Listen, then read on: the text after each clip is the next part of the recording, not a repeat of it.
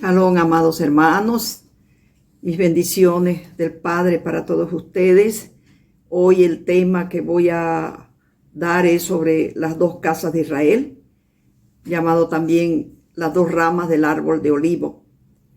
Ya vimos cómo el pueblo de Israel se dividió en dos casas: la casa de Israel, las 10 tribus del norte, conocida también como Efraín. Son las 10 tribus esparcidas en toda la tierra. Y la casa de Judá, las 2 tribus del sur. Está también incluido Benjamín, la tribu de Benjamín, Judá y Benjamín.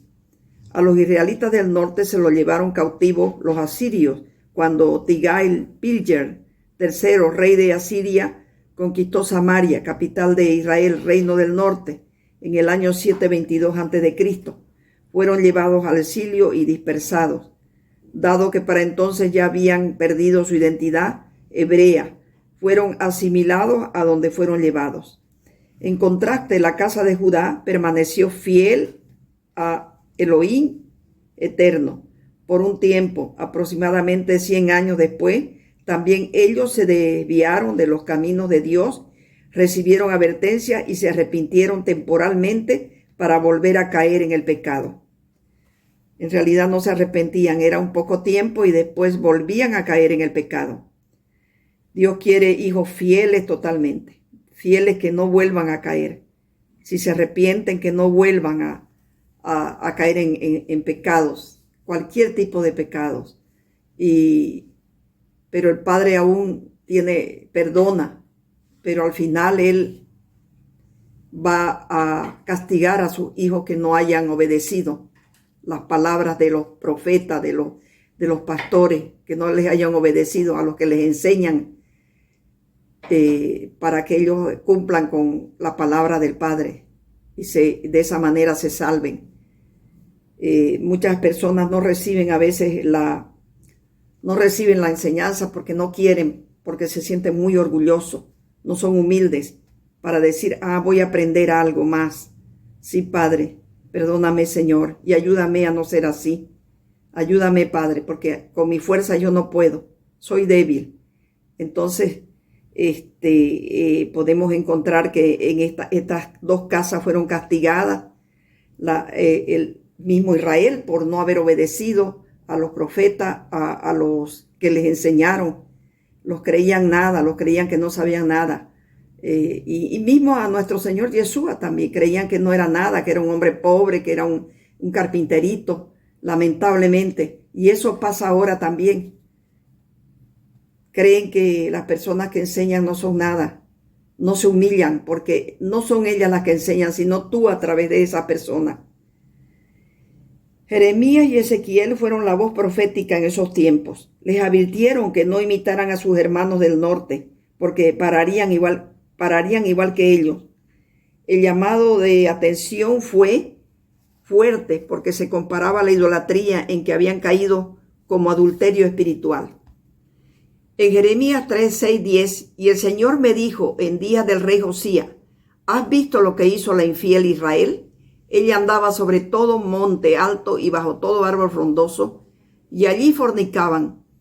Y me dije, después que ella haya hecho todas estas cosas, ¿volverás a mí?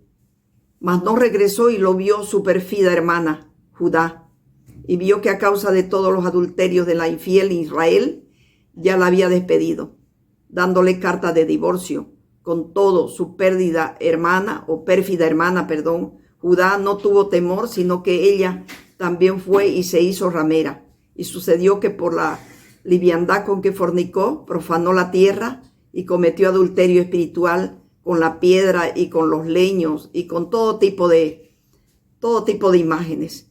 A pesar de todo esto, su pérfida hermana Judá tampoco se volvió a mí de todo corazón, sino con engaño, declara el Señor. De tal modo que su mismo pueblo de Israel cometió muchos pecados. No querían obedecer a su profeta. No querían obedecer a los que les aconsejaban bien.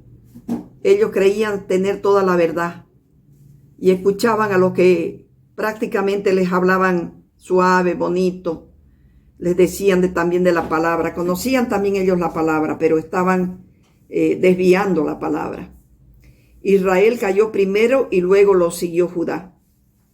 Segunda de Reyes 17, 13, 20. Y el Señor amonestaba a Israel y a Judá por medio de todos sus profetas y de todo vidente, diciendo: volveos de vuestros malos caminos y guardad mis mandamientos, mis estatutos, conforme a toda la ley que ordené a vuestros padres y que os envié por medio de mis siervos los profetas.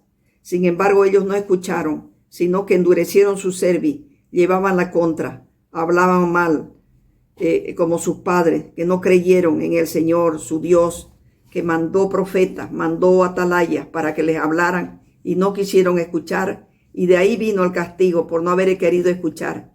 Muchas veces el Padre es paciente, es misericordioso, pero al final, cuando los hijos no escuchan, no obedecen, Él también se enoja, Él se aira y castiga, manda enfermedades, manda falta de trabajo, manda falta de dinero, manda muchos problemas. El Padre no es malo, el Padre quiere lo mejor, pero es que está corrigiendo para que a ver si así se arrepienten. Desecharon sus estatutos y el pacto que Él había hecho con sus padres y sus advertencias con las cuales los había amonestado, y siguieron la vanidad y se hicieron vanos, y fueron en pos de las naciones que los rodeaban, respecto de las cuales el Señor les había ordenado que no hicieran como ellos.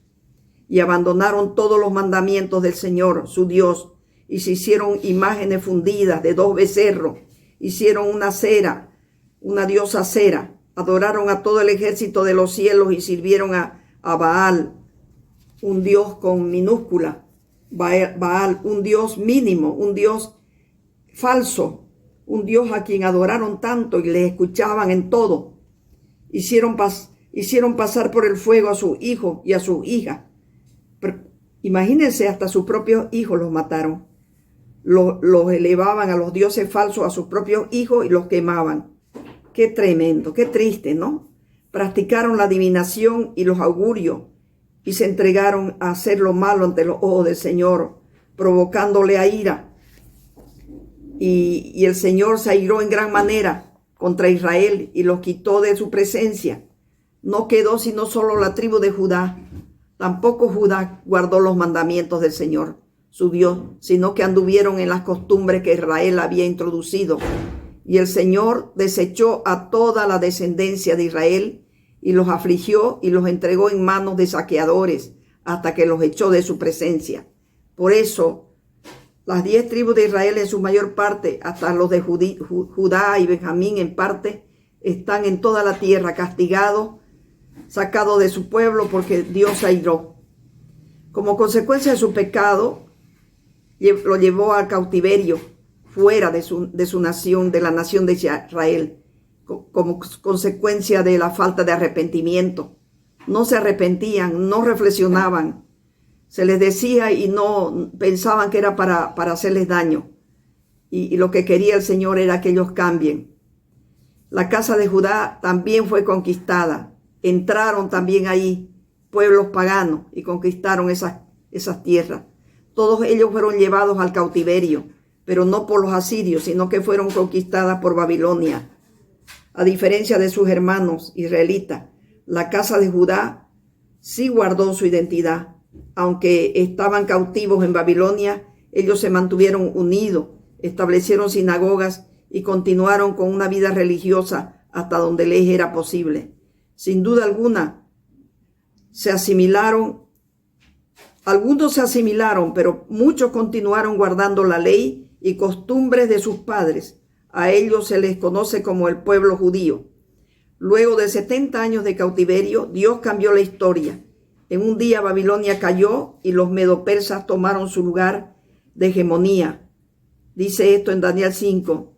El Señor movió esas piezas políticas para permitir que los judíos pudieran regresar a Jerusalén. En Esdras 1:4, en el primer año de Ciro, rey de Persia, para que se cumpliera la palabra del Señor por boca de Jeremías, el Señor Elohim movió el espíritu de Ciro, rey de Persia, Y éste hizo proclamar por todo su reino y también por escrito, diciendo: así dice Ciro, rey de Persia: el Señor, el Dios de los cielos, me ha dado todos los reinos de la tierra, y él me ha designado para que se le edifique una casa en Jerusalén, que está en Judá.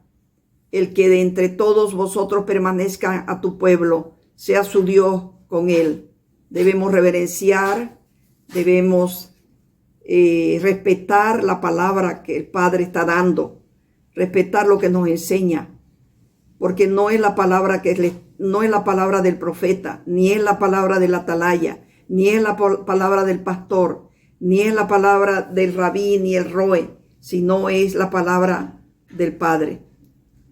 Sea su Dios con él, que suba a Jerusalén, que está en Judá, y edifique la casa del Señor, Dios de Israel.